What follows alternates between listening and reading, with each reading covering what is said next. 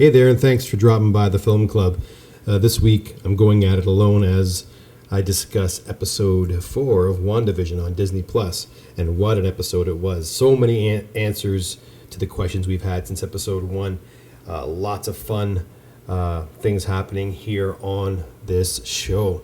So first of all, we get to see an amazing opening with the blip and the snap, Tony's snap. We finally see the effects of that snap. We watched, Thanos and his armies disappear at the end of Endgame. Well, now at the beginning of this episode, we see what it was like for the regular Joe in the streets to all of a sudden come back to the world they left 5 years earlier. And Monica Rambeau was obviously snapped away, and here she is now coming back 5 years later and trying to find her mother, who was going for surgery when last she saw her. She finds out in this episode, sadly, that her mother had passed 3 years after she had blipped away. And we also find out about her origins with S.W.O.R.D. And we also find out how she got into this make-believe world of Wandavision in Westview. We also find out that, well, I don't know if we find out or not, but we get a good idea that Wanda is actually behind all this. It's her make-believe world. We see the final conversation she has with Monica, or Geraldine at that moment, the conversation they had before Wanda exiles her from this make-believe world. And we see the look in Wanda's eye. We see that she does not want her there.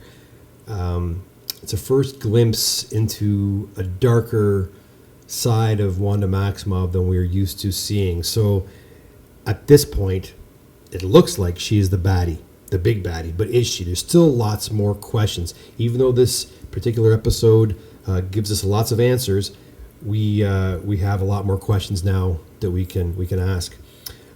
This particular episode also shows us what's been going on in the real world while WandaVision is happening. We see Agent Jimmy Woo come back. We see him last in Ant-Man the Wasp, played by Randall Park. He's back, and he's been trying to figure out what's been going on with this little town, like how it's all of a sudden kind of disappeared. Again, still questions that are being posed to us, but we see, the exact moment that he tries to reach her in episode 2 through the radio. We find out how he was doing that with the help of Kate Denning, Dr. Darcy Lewis's character. She's back from the Thor series, helping Jimmy Woo figure out what's going on, what exactly is happening here. And they're still not 100% sure. Like I said, it seems as though Wanda has created this world, and the people that exist in this world are actually alive, except for maybe Vision, but everyone else seems to be alive. It's almost as though she went to this little town and she commandeered it and then twisted it to her own wants and needs. But the question that remains is, well, why did she do it? At the end of Endgame, we see her there talking with Hawkeye, with Clint, on the edge of the lake there, and they're talking about what happened and what they lost. I don't think any of us would have thought that she would go down a dark path. So what brought her to this? Also the question about Agatha or Agnes in this show. Like, there's not, we know, if you're a comic fan, you know that she is Agatha Harkness, who is a witch, who has supernatural powers as well, similar to that of Doctor Strange. So what does she have to do with it? And we also know she's connected to Mephisto, and there's been lots of talk of Mephisto coming about. So perhaps he is somehow manipulating Wanda. Lots of questions. The biggest question I have after this episode ended was, will Vision exist beyond Westview?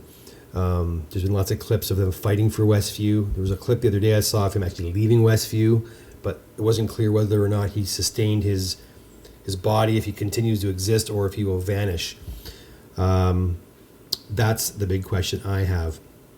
Will Vision exist beyond this? Now, there was a bit of foreshadowing perhaps going on here when we saw Vision as we last saw him in Infinity War when Thanos removed the stone from his head. We see that again in this episode. Kind of a creepy callback to that character. But does that mean we're going to see Vision in that form again, or is Vision just going to simply disappear when when Westview, because we know Westview's not going to last forever, does that mean Vision's time with us is also limited? And perhaps that's what maybe drives Wanda off the deep end even further.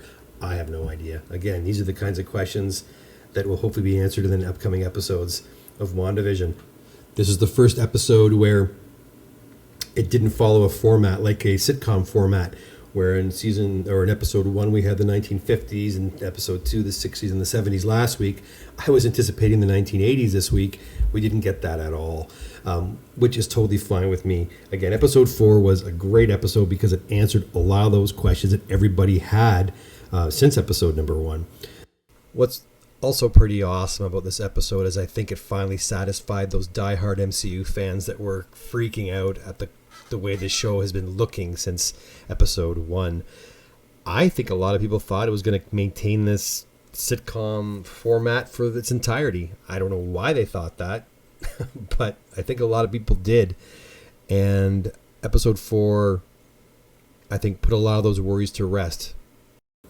I think that perhaps one way of looking at Wanda here as not being the big baddie in this is the fact that she's broadcasting this world. Although hidden, she's still broadcasting it to the world. If you have the proper receiver, you can watch what's happening to her.